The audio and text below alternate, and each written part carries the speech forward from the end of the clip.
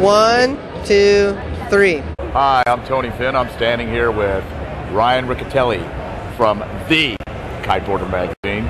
And, you know, I'm just happy to be here, man. I'm very, very proud to be standing next to you guys.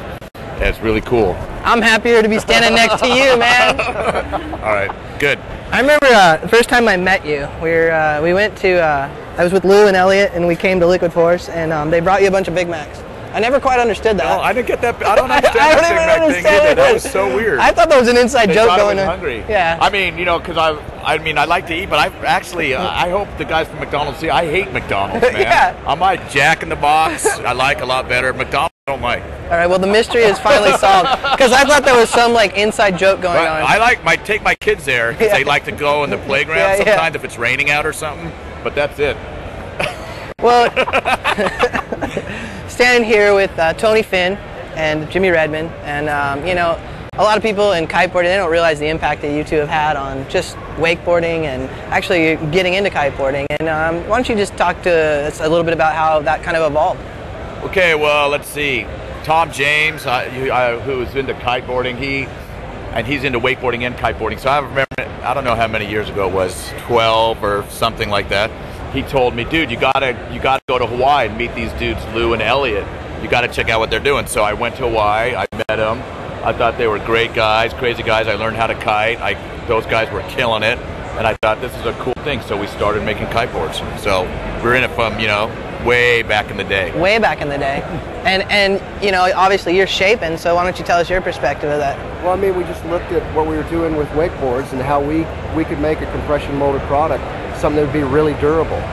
And it was, you know, we want to be on the front end of anything that's fun. Any excuse to get out of the office and spend more time in the water sounds good to me. Well, and let's step back a little bit, like, you know. Well, wait, pickle forks are the best board of all time. The pickle fork. Don't forget about the pickle fork.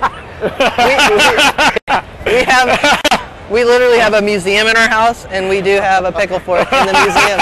I mean, but that's cool. Like, the thing is, like, Jimmy made it and stuff. It's just like crazy. Like, because it was, at the time, it was really innovative. But when you look back at it, it looks goofy, but it's cool, you know, to see, like, exactly what you're saying. I know a few people who had a pickle fork in the head. Exactly. So, but even stepping back further, like, I mean, your impact on wakeboarding, many people don't realize, really, in kiteboarding, they don't understand who Tony Finn is. And, you know, talk a little bit about that. Well, I mean, I started the first wakeboard company. It was called Skirfer, and I don't know, basically I just like wakeboarding, and so we just went all around the world and promoted the sport of wakeboarding. And I had a company called Skirfer, but at the same time, Jimmy had a company called Redmon, which actually had better boards than Skirfer did, but I sold more. So that's why me and him teamed up on Liquid Force, because he's an insane designer, and I sell the stuff, and it works out great. Yeah, and how is it working with this guy? This guy has probably the most energy. Well, that's the energy that keeps it alive, right? It's insane. It's like Tony said. I mean, I had a great board, but it was impossible to sell against him. And after partying with him year after year, it was too hard to not like him. Yeah. So we just shook hands, joined forces, and it's been a great ride ever since. And so now here we are, you know, a decade later in kiteboarding, and what do you think of where kiteboarding's headed and the growth of it? Well, I think it's insane. I think kiteboarding's got a lot of growth ahead of it. It's a great sport, you know, especially with gas prices being where they are, except the wind is free. But we look at kiteboarding, you know, like from the moves that you do, and the attitude is similar to wakeboarding. You know, we're all about the wake style and the surf style of kiteboarding. So I just think it's a great marriage of all the board sports, and it's just going off. For me, it's just a huge learning symbiosis of the two sports. And things that are happening in wake are influencing new events in kite designs. I'm trying in kite. I mean, yesterday we talked about rail shapes. They're actually influenced wakeboard designs. Slider bases that we're using for cable parks are now being used by Jason and Davey in the rail events. And it's just all making a better product and growing the sport in new ways.